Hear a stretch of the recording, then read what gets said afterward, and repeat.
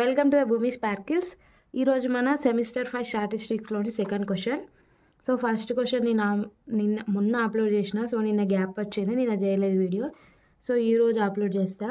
So second question ఏంటంటే explain types of sampling and also lottery method and random numbers method. ఇందులో చూడండి ఒకటే long question ఇది, but ఎన్ని క్వశ్చన్స్ కవర్ అయినా ఎక్స్ప్లెయిన్ టైప్స్ ఆఫ్ శాంప్లింగ్ అంటే శాంప్లింగ్లో ఎన్ని టైప్స్ ఉన్నాయని అది చెప్పమంటున్నాడు. Plus lottery method and random numbers method అంటే ఇది ర్యాండమ్ శాంప్లింగ్లో ఇవి 2 methods.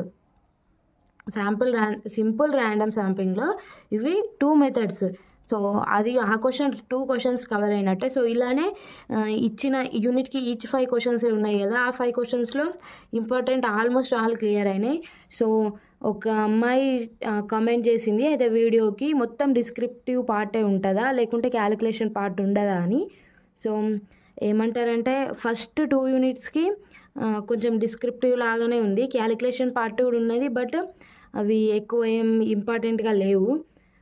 So next last 3rd and 4th యూనిట్లో ఎక్కువ క్యాలిక్యులేషన్ పార్ట్ ఉన్నది.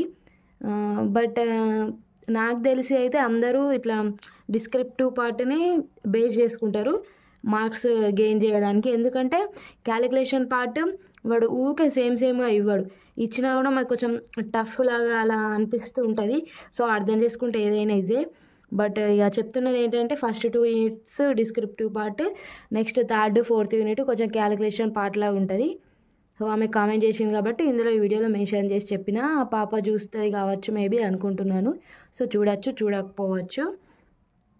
అగైన్ మళ్ళీ ఏం అడిగిందంటే స్టార్ట్స్లో లైఫ్ ఉంటుందా అంటే కొంచెం ఎక్కువ డిమాండ్ అయినా మ్యాథ్స్ కంటే అని అడిగింది. మ్యాథ్స్ స్టార్ట్స్ అదని డిఫరెంట్ లేదు.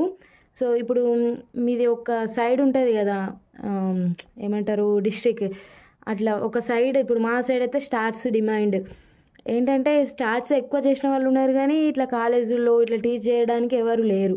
స్టార్ట్స్లో కూడా చాలా జాబ్స్ ఉంటాయని తెలుసు, ఇంకా ప్రాపర్గా మొత్తం ఏ విషయం తెలియదు నాకు, తెలుసుకొని నేను చెప్తాను. సో బట్ కాలేజెస్లో అయితే స్టార్ట్స్ టీచ్ చేయడానికి ఎక్కువ అంత పర్ఫెక్ట్ టీచర్ అయితే మా సైడ్ లేరు. సో మీ సైడ్ ఉండొచ్చు, ఉండకపోవచ్చు. ఆ డిమాండ్ని బట్టి మీరు స్టార్ట్స్ని ఎన్నుకోవచ్చు. బట్ టఫ్ కదా, ఎవరు ఎక్కువ చూస్ చేసుకోరు. సో ఇక్కడ క్వశ్చన్లోకి వచ్చేద్దాం. So types of sampling. ఈ శాంప్లింగ్లో ఎన్ని టైప్స్ ఉన్నాయని చెప్తున్నాడు. The technique or method of selecting a sample is fundamental important in the theory of sampling and usually depends upon the nature of the data. ఇప్పుడు sampling అంటే ఏంటిది, మనము శాంపిల్ని select చేసుకోవడం కదా. శాంపిల్ని ఎలా సెలెక్ట్ చేసుకుంటామో అనే ప్రాసెస్నే శాంప్లింగ్ అని అంటామని మీకు ఆ బేసిక్ టర్మ్స్లలో టెర్మినాలజీలో చెప్పిన. వీడియో చూడకుంటే చూసేయండి, ఫస్ట్ వీడియో అదే. సో నెక్స్ట్ అదొక ఫండమెంటల్ థింగ్ అంటే ఇంపార్టెంట్ థింగ్ కదా, మనం ఎలాంటి వాళ్ళని చూస్ చేసుకుంటున్నాం, ఆ చూస్ చేసుకున్న వాళ్ళ వల్లనే మనకు మంచి రిజల్ట్ వస్తుందా లేకుంటే అది మొత్తం ఫెయిల్ అయిపోతుందా అని తెలుస్తుంది. So the procedures of selecting a simple sample may be classified into 3 types అంట. సబ్జెక్టివ్నే పర్పసివ్ అనొచ్చు, పర్పసివ్నే జడ్జిమెంట్ అనొచ్చు. ఇప్పుడు ఈ 3 హెడ్డింగ్స్ని చూస్ చేసుకొని ఈ హెడ్డింగ్ కింద ఆన్సర్ కూడా రాసేయచ్చు. సో ఒక 2-3 లైన్స్ మనం క్రియేట్ చేయాలనుకుంటా అంటాం కదా. Subjective sampling is also called purposive sampling, purposive sampling is also called judgementive sampling. మనకి ఇప్పుడు ఆన్సర్ రాలేదు, ఏం చేస్తాం, దాన్ని క్రియేట్ చేస్తాం కదా, లాంగ్ చేస్తాం కదా మన స్టూడెంట్ నాలెడ్జ్లో. సో నేను కూడా అలానే చేసేదాన్ని. సో మీకు ఏం రాకుండా అలా చేయొచ్చు. Next first one subjective sampling. So ఏంటి అంటే this method is also called judgement or purposive sampling. దీని జడ్జిమెంట్ ఆర్ పర్పసివ్ శాంప్లింగ్ అని అంటారంట. In this method selection of individual units is completely based on the judgement of the investigator. ఇప్పుడు investigator ఉంటారు కదా, అంటే ఇప్పుడు ఇంటర్వ్యూకి ఒక్కళ్ళని తీసుకున్నాం, ఆ ఇంటర్వ్యూ చేయడానికి పోతారు కదా. సో ఇప్పుడు ఆయన జడ్జిమెంట్ పైన ఆయనకు ఎవరు ఇష్టమైతే, ఎవరి మీద ఒక మంచి ఒపీనియన్ కలుగుతుందో వాళ్ళని చూస్ చేసుకుంటాడు. ఇప్పుడు ఒకవేళ మనం ఏమంటారు మన బ్యాడ్ టైంలో ఒక ఇన్వెస్టిగేటర్కి బ్యాడ్గా అనిపించినాం, మనం మంచి వాళ్ళం కాదని అండ్ మైండ్లో ఫిక్స్ అయిపోతుంది. ఇప్పుడు మనం కాలేజీలలో ఉన్నప్పుడు కూడా మనం అంతా మంచిగా నీట్గా మాట్లాడకుండా ఏ గాలి పనులు చేయకుండా కూర్చున్నప్పుడు ఎవరు చూడరు.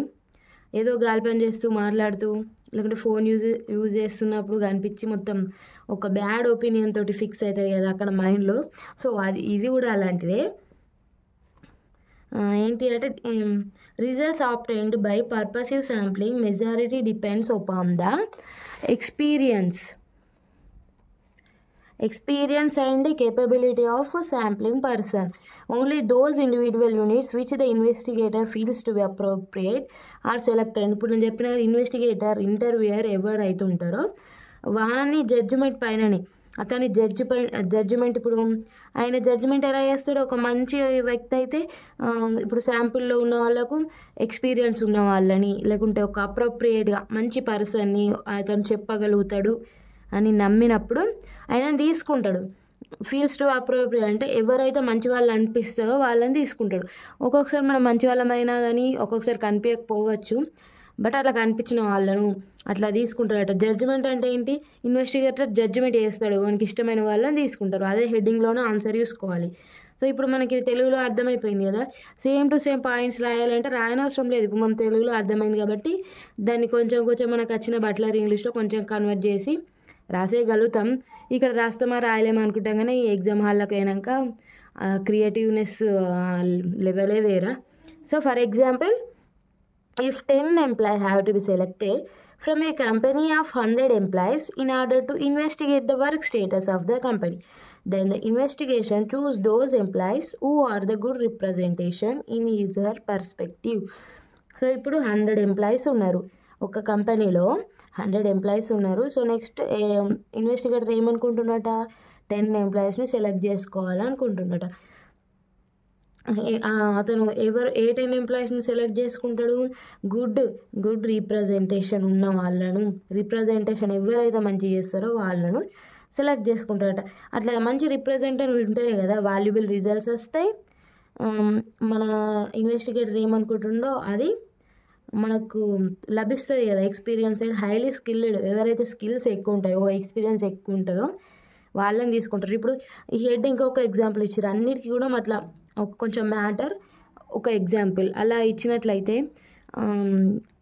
కరెక్షన్ చేసే వాళ్ళు ఉంటారు కదా, మార్క్స్ వేసే వాళ్ళు, అలా ఒక మైండ్లో ఫిక్స్ అవుతుంది, వీడు మంచి టాపర్ ఉన్నట్టు ఉన్నాడని ఒక హాలోజినేషన్లు ఉండి మీకు మార్క్స్ వేసేస్తూ పోతారు.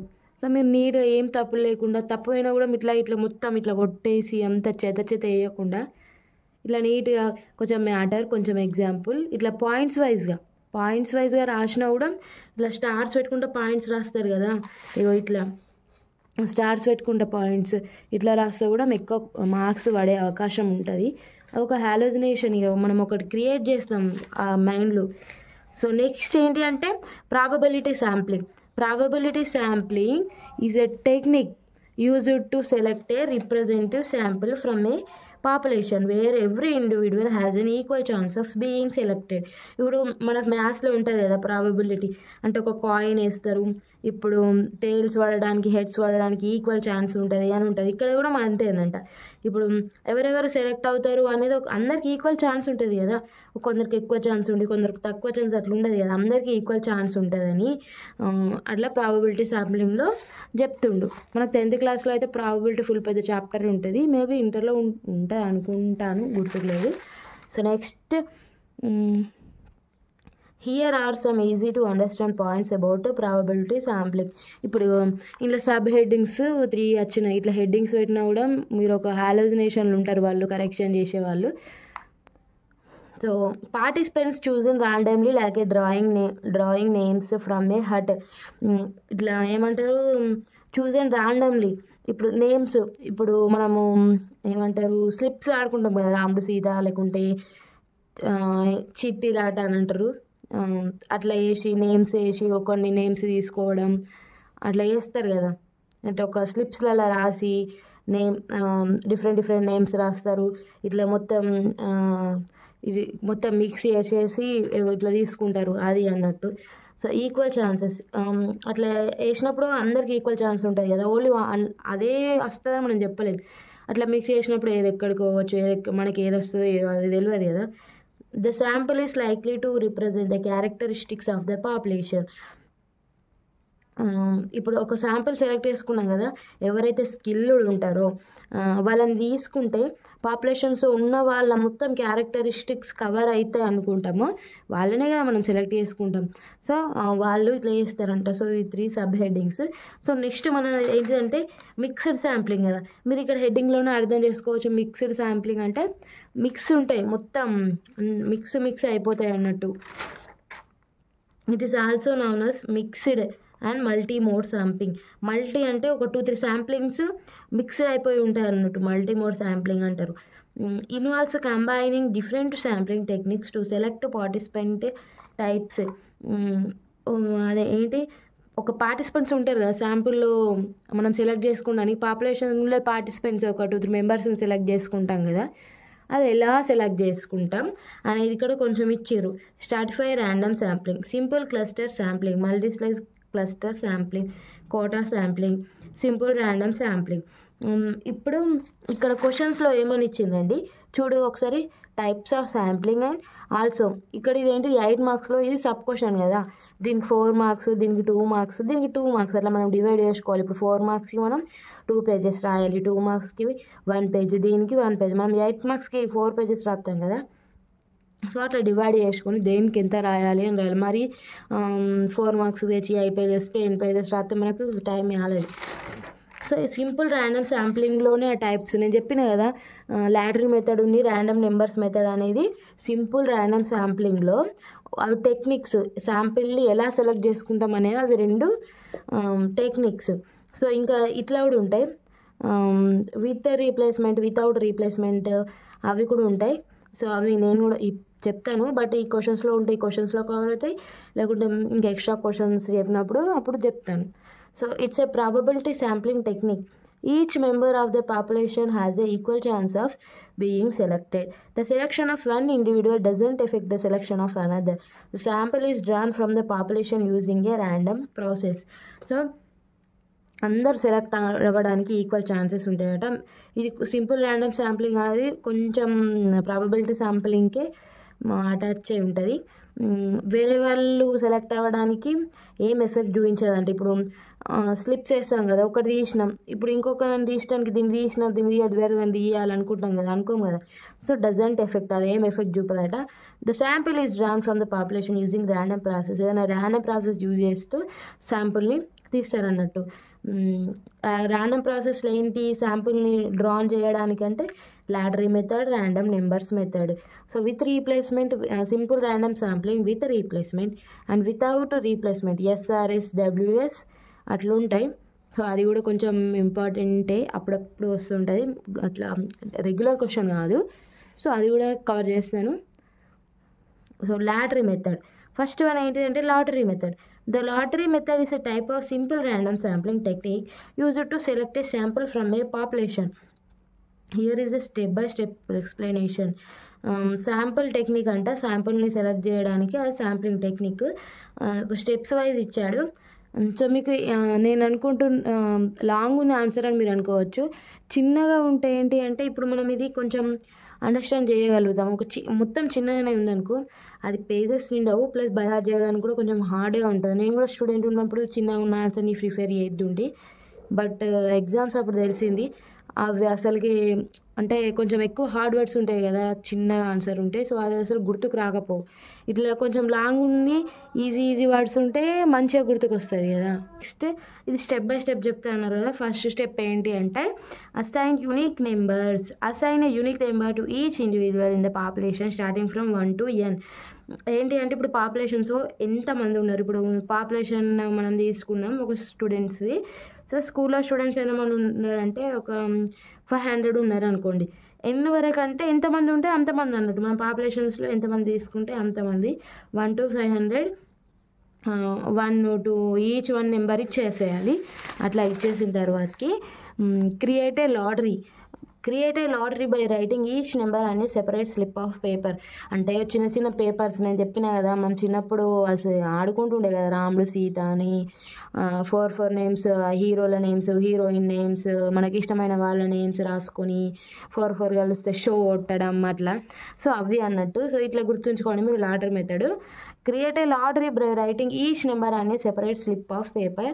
So next mix and shuffle, draw the sample, record the sample. ఏంటి అంటే ఈచ్ నెంబర్ ఒకటి రాయాలి, వేరే వేరే different separate slip of paper పైన రాయాలి. రాసిన తర్వాత మిక్స్ చేయాలి. మిక్స్ చేసిన తర్వాత ర్యాండమ్లీ, ఇప్పుడు మనం తీసుకుంటాం కదా రాముడు సీత అన్నప్పుడు ర్యాండమ్లీ ఏదో ఒకటి మనకు దొరికినాయే కానీ రెండో అట్లా తీసుకుంటాం కదా. తీసుకున్న తర్వాత రికార్డ్ ద శాంపుల్, మనకు ఏవేవి వచ్చినాయనేవి రికార్డ్ చేసుకోవాలి. సెలెక్టెడ్ ఇండివిజువల్స్ ఉంటారు కదా, ఆ ఇండివిజువల్స్కి ఏ నెంబర్స్ వచ్చినాయో అనేది మనం రికార్డ్ చేసేసుకోవాలి. సో అదంతే. సో ర్యాండమ్ నెంబర్స్ మెథడ్ ఏంటి అంటే it is technique used to select a random sample from a population. ఈ step by step explanation is assign unique number to each individual in the population, generate random numbers using a random number generator, select the individuals corresponding to generate a random numbers. ఇప్పుడు ఏంటి దీనికి ఉన్న difference ఏంటి అంటే ఇప్పుడు random numbers మెథడ్లో ఇప్పుడు మనం ఫస్టే అనుకుంటాం ఏమని అంటే 2 నెంబర్ ఉన్న వాళ్ళని, 5 వచ్చిన నెంబర్ వాళ్ళని, 7 వచ్చిన నెంబర్ వాళ్ళని, అట్లా మనం ఎంతమంది సెలెక్ట్ చేసుకోవాలంటే ఒక 10 నెంబర్స్ అక్కడిక్కడ మనం ఈ నెంబర్స్ వచ్చిన వాళ్ళని సెలెక్ట్ చేసుకోవాలని పెట్టుకుంటాం ర్యాండమ్ నెంబర్స్లో. సో అట్లా ఈ నెంబర్ వాళ్ళని తీసుకుంటాం అన్న తర్వాత వాళ్ళకు నెంబర్స్ అలాట్ చేస్తాం. యూనిక్ నెంబర్స్ ఈచ్ వన్ ఇస్తాం. సో మనం ఫస్టే అనుకున్నాం కదా ఈ నెంబర్స్ వాళ్ళని శాంపుల్గా సెలెక్ట్ చేసుకుందామని. సో ఆ నెంబర్స్ ఎవరెవరికి వస్తాయో వాళ్ళని మనం సెలెక్ట్ చేసుకుంటాం. ఇక్కడ అట్లా కాదు, మనం నెంబర్స్ ఇచ్చిన తర్వాత శాంపుల్గా ఎవరు సెలెక్ట్ అవుతారో ఎవరు సెలెక్ట్ అవుతారో ఆ నెంబర్స్ని మనం రికార్డ్ చేస్తాం అన్నట్టు. ఇక్కడనేమో నెంబర్స్ మీదనే ఆధారపడుతుంది. మనకి ఆ నెంబర్ వస్తే మనం లక్కీ అన్నట్టు శాంపుల్ సెలెక్ట్ అయిపోతాం. ఇక్కడ మనం ఎవరెవరిని సెలెక్ట్ చేసుకున్నామో వాళ్ళ నెంబర్సే మనము రికార్డ్ చేసుకుంటాం. ఇక్కడ ఎగ్జాంపుల్ కూడా ఇచ్చారు. పాపులేషన్ 100 స్టూడెంట్స్కి మనము 1 to 100 ఇచ్చేసినాం, అయిపోయింది. శాంపుల్ సైజ్ అంటే మనం ఎందరిని సెలెక్ట్ చేసుకోవాలనుకుంటున్నాం అంటే 10. ర్యాండమ్ నెంబర్స్ జనరేటెడ్, ఇప్పుడు వాడు ఫస్టే అనుకున్నాడు 14, 73, 28, 42, 91, 19, 67, 85, 31, 56 ఈ నెంబర్స్ ఉన్న వాళ్ళని సెలెక్ట్ చేసుకుంటా అనుకున్నాడు. సో ఇక ఆ నెంబర్స్ ఇచ్చేస్తాం కదా పాపులేషన్లో స్టూడెంట్స్కి ఇచ్చేసినాం ఆల్రెడీ. సో ఈ నెంబర్స్ ఎవరు ఉన్నాయి అని మనము వాళ్ళను తీసుకుంటాము అంతే. సో ఈ నెంబర్స్ ఎవరెవరికి వచ్చినాయో వాళ్ళ నేమ్స్ రికార్డ్ చేసేసుకుంటాము అంతే. That's all. ఇదే మన సెకండ్ క్వశ్చన్. ఇది ఈజీగానే ఉంది అనుకుంటున్నా. సో ఇక్కడ మనకు సింపుల్ ర్యాండమ్ శాంప్లింగ్ది డెఫినేషన్ అడగలేరు, బట్ నేను డెఫినేషన్ ఇచ్చిన. ఎందుకంటే సింపుల్ ర్యాండమ్ శాంప్లింగ్లో లాటరీ మెథడ్, ర్యాండమ్ నెంబర్స్ అని మనకు 2 మెథడ్స్ తెలుస్తాయి, దాని ఆన్సర్ తెలుస్తుంది. బట్ ఇవే సింపుల్ ర్యాండమ్ శాంప్లింగ్లోని టెక్నిక్స్ అని మనకు తెలియదు కదా. సో నేను ఇక్కడ డెఫినేషన్ కూడా ఇచ్చిన. ఒకవేళ దీనికే సెపరేట్ క్వశ్చన్ ఇస్తే రాయొచ్చు అని. ఇందులో కూడా ఒక క్వశ్చన్ కవర్ అయిపోయింది. సో మీరు ఎప్పటికప్పుడు వీడియో చూస్తూ నోట్స్ రాసుకుంటే మంచిగా. ఇప్పుడు మనకి ఎక్స్ప్లెయిన్ ఎవరు చేయకున్నా కానీ నోట్స్ ఉంటే మనం ఎగ్జామ్ పాస్ కోసమన్నా చదువుతాం.